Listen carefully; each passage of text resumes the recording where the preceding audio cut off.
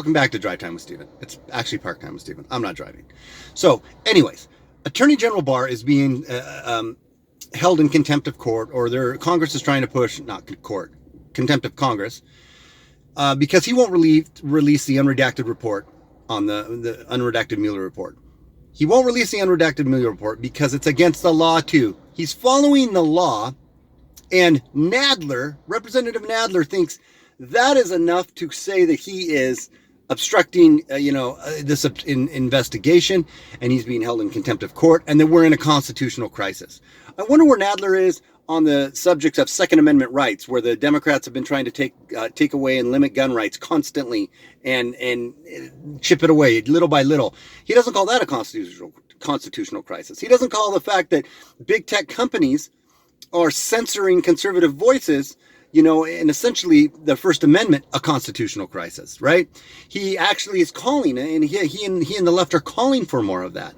It's so hypocritical and ridiculous. I don't understand why he's getting the time of day on this. Another point that I'd like to make today is in the regards to the shooting that happened in Colorado, the high school shooting.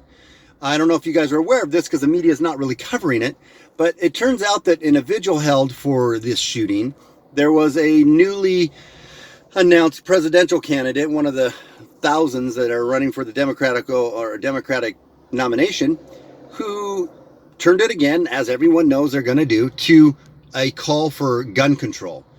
The students, bless their hearts, stood up and walked out and said, we're not going to let you turn this into an opportunity for gun control. What we need is mental health control. What we need is mental health, money put to mental health, because mental health is the problem, not guns. Mental health is the issue, not guns.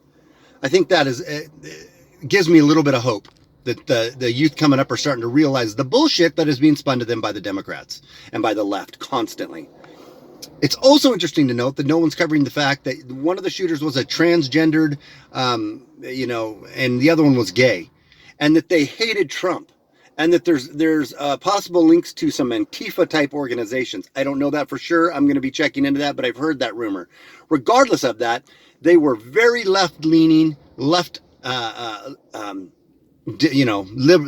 left-leaning progressive type kids who hated Trump, right? But none of that's being covered, right? That doesn't fit the narrative, so we don't cover that. So it gives me some hope that maybe some things are going to start, the mainstream population is going to start waking up to some of the bullshit that they've been being fed.